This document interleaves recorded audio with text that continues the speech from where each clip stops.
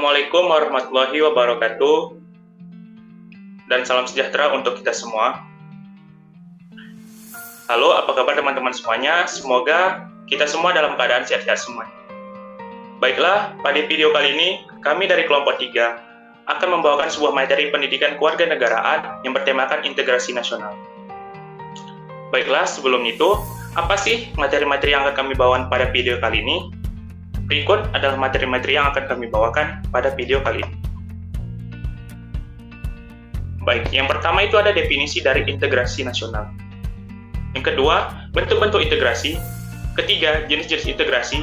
Dan yang terakhir adalah contoh kasus integrasi.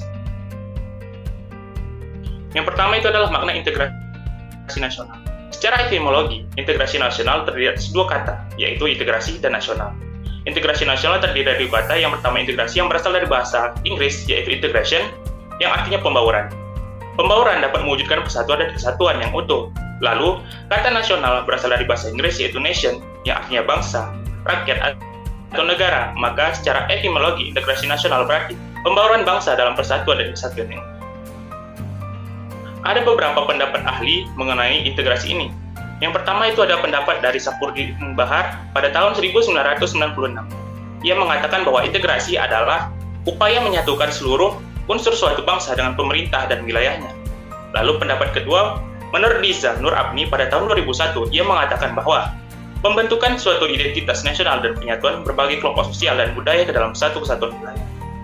Lalu pendapat terakhir dari Juliarti Suroyo pada tahun 2002, ia mengatakan bahwa integrasi adalah bersatunya suatu bangsa yang menempati wilayah tertentu dalam sebuah negara yang berdaulat. 1. Bentuk-bentuk integrasi nasional.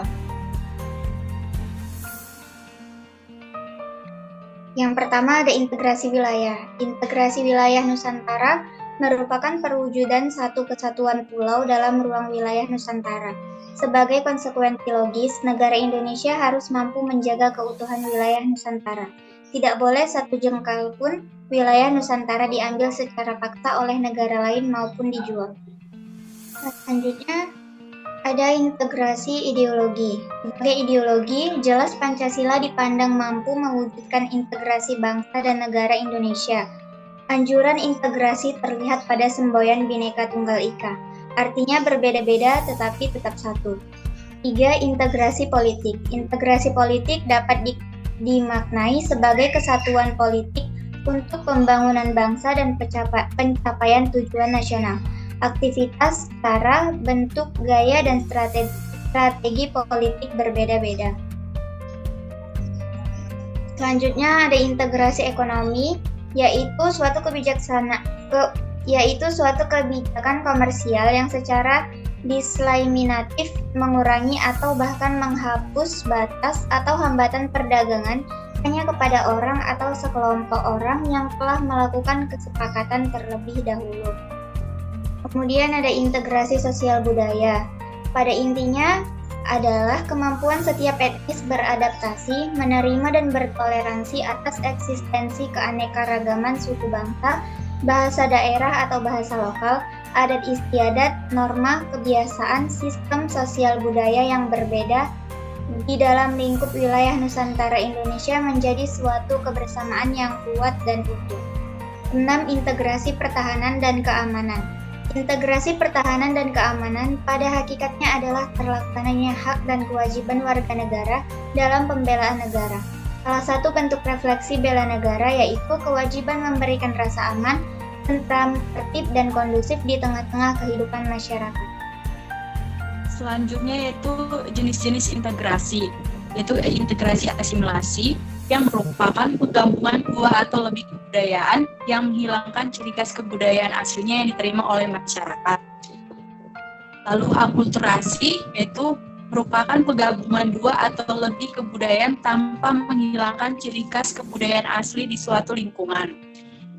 Yaitu normatif, yaitu integrasi yang terjadi karena terjadinya keberadaan norma-norma yang berlaku dan mempersatukan masyarakat sehingga integrasi lebih mudah dibentuk.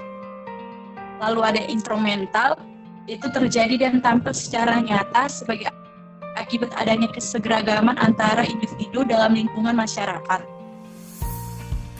Lalu fungsional, yaitu terjadi karena adanya berbagai fungsi tertentu dari semua pihak di dalam masyarakat, dan koersif adalah terjadi karena adanya pengaruh dari penguasa dan bersifat paksaan, jadi sifatnya tidak secara sukarela ketika bersatu dalam suatu hal. Integrasi. Pertama, menciptakan keselarasan bangsa di tengah masyarakat yang majemuk dan beragam. Kedua, menstabilkan demokrasi, meningkatkan pertumbuhan ekonomi. Ketiga, mewujudkan persatuan dan kesatuan yang merupakan cita-cita luhur bangsa Indonesia. Selanjutnya itu disintegrasi. Kebalikan dari integrasi adalah disintegrasi. Jika integrasi berarti penyatuan, keterpaduan antara elemen atau unsur yang ada di dalamnya, maka disintegrasi dapat diartikan ketidakpaduan, keterpecahan di antara unsur. Maka disintegrasi dapat menimbulkan konflik atau perselisihan ragam, misalnya pertentangan fisik, perkelahian, tawuran, kerusuhan, revolusi, bahkan perang. Jonathan Friedman mengemukakan bahwa dalam era globalisasi, setiap kelompok etnik ingin menunjukkan identitasnya dan melepaskan diri dari ikatan kebangsaan yang dapat merugikan kepentingan kebudayaannya. Dapat kita lihat di gambar berikut. Penyebab disintegrasi. 1. Faktor internal. Menyangkut kemampuan internal atau kualitas pribadi manusia. Kedua, faktor kultural, menyangkut pandangan nilai dan sikap mental serta perilaku masyarakat. Ketiga, faktor struktural, menyangkut struktur kekuasaan yang memberikan ruang atau peluang bagi lahirnya disintegrasi bangsa. Upaya mempertahankan integrasi, yaitu mewujudkan dan mendalami nilai-nilai Pancasila dalam kehidupan kewarganegaraan. Kedua, meningkatkan rasa nasionalisme dan rasa cinta tanah air. Ketiga, meningkatkan rasa toleransi antara suku, agama, dan budaya. Keempat, tidak bertindak semena-mena atas dasar kuasa yang dimiliki. Beliau berikutnya adalah contoh kasus integrasi yang terjadi di Indonesia belakangan ini. Contoh ini berdasarkan kejadian yang nyata. Di sini kasus yang kami ambil adalah kasus integrasi yang terjadi baru-baru ini pada tanggal 1 Oktober 2022, tepatnya di Stadion Kanjuruhan di Kota Malang. Untuk lebih jelasnya, berikut kami akan putarkan video mengenai kejadian terjadi di Stadion Kanjuruhan. Bisa kita lihat teman-teman pada video berikut.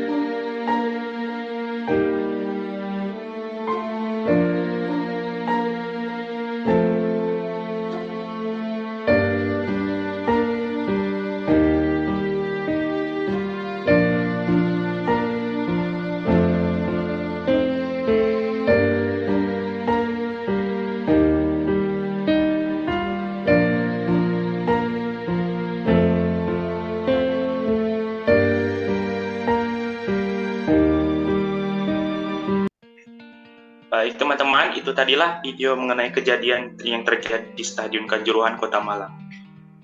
Tanggal 1 Oktober 2022, masyarakat Indonesia sedang memperingati Hari Kesaktian Pancasila yang dilakukan secara rutin setiap tahunnya, sekaligus untuk mengenang jasa para pahlawan yang telah gugur dalam tragedi kelam di G30 SPKI.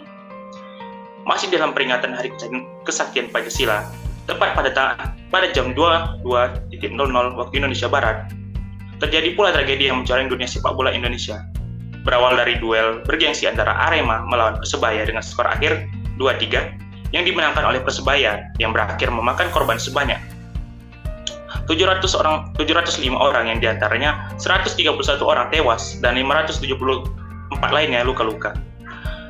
Kronologi dari tragedi ini bermula saat para supporter yang turun ke lapangan.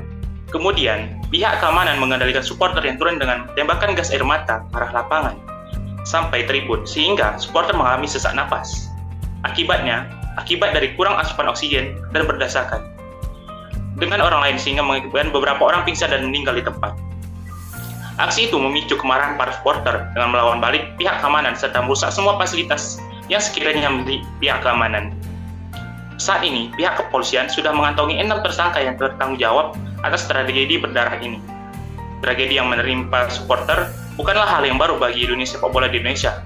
Rivalitas antar supporter yang terlalu fanatik kepada tim kesayangan mereka membuat siapapun menjadi buta dan bertindak di luar akal sehat, saling menghina satu sama lain sehingga menimbulkan kerusuhan yang mengakibatkan korban luka serta meninggal dunia.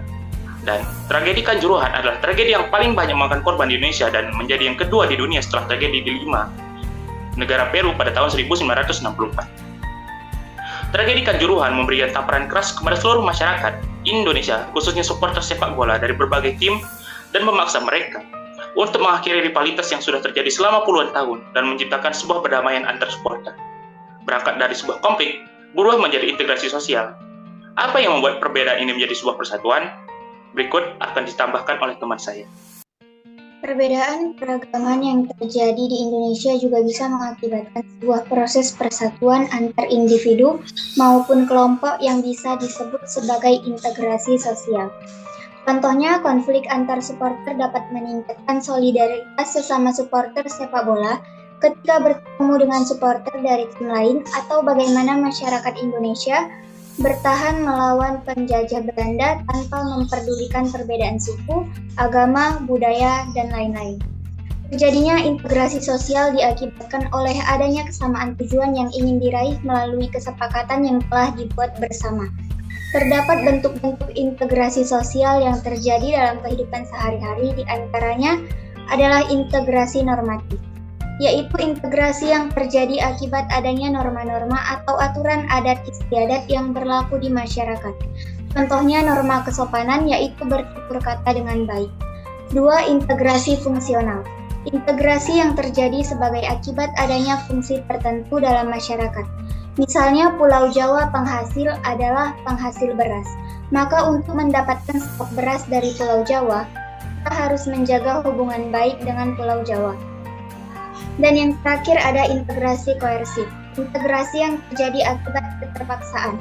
Hal ini biasanya dilakukan bila diyakini akan berdampak negatif apabila integrasi tidak dilakukan.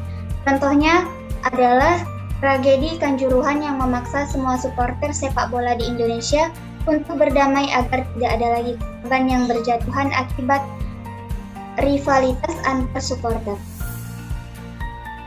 Sepak bola seharusnya menjadi alat pemersatu bangsa. Melalui rivalitas antar supporter, seharusnya persaudaraan kita semakin erat. Menang kalah adalah bahasa klasik dalam sebuah kompetisi. Menang tidak berbangga diri dan kalah melakukan evaluasi diri. Semoga dari tragedi Kanjuruhan ini tidak ada lagi korban yang berjatuhan akibat rivalitas dan fanatisme dari para supporter. Cukuplah ini menjadi yang terakhir, agar sepak bola Indonesia menjadi tontonan yang menimbulkan semangat persatuan dan bukanlah menjadi sebagai pintu menuju kematian. Demikianlah penyampaian video materi pendidikan kewarganegaraan mengenai integrasi nasional dari kami kelompok 3. Apabila ada kesalahan kata, silakan, kami mohon maaf sebesar-besarnya kepada penonton dan kami mengucapkan terima kasih atas perhatiannya. Saya akhiri, wassalamualaikum warahmatullahi wabarakatuh.